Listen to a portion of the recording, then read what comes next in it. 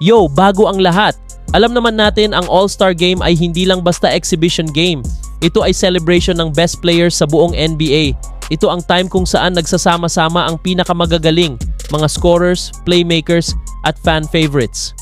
Simulan natin kay Curry. Kapag sinabi mong All-Star, isa sa unang pumapasok sa isip ay si Curry dahil siya ang greatest shooter in history, crowd favorite. Pinaka-exciting panoorin sa long range. Laging may deep threes at wild highlights. Kapag nag-All-Star si Curry, automatic yan.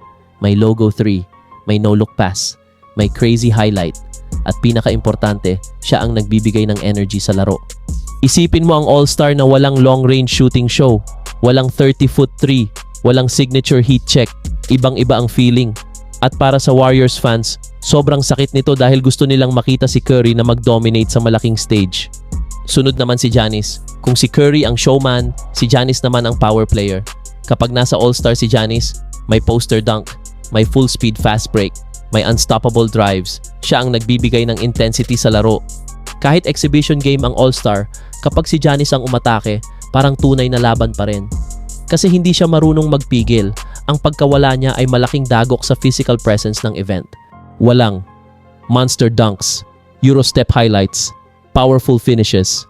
At alam natin, gustong-gusto ng fans ang ganong klase ng plays. Ngayon naman, pag-usapan natin si SGA. Sa tatlo, siya ang pinakabagong superstar. Pero sa totoo lang, isa siya sa pinaka-exciting panoorin ngayon.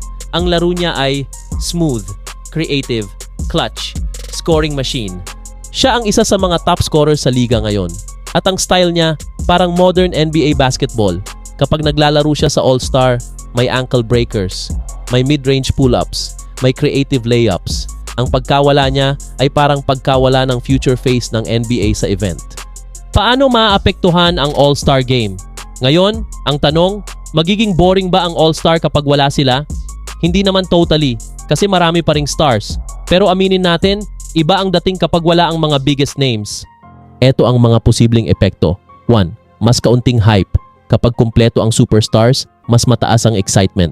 Pero kapag wala ang ilan sa biggest names, medyo bumababa ang anticipation. 2. Mas kaunting highlights si Curry sa shooting, si Giannis sa dunks, si SGA sa scoring creativity. Kapag wala sila, kulang ang highlight moments.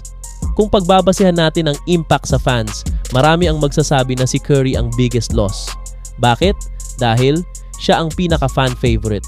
Siya ang pinaka-exciting panoorin. Siya ang pinakakilalang all-star performer.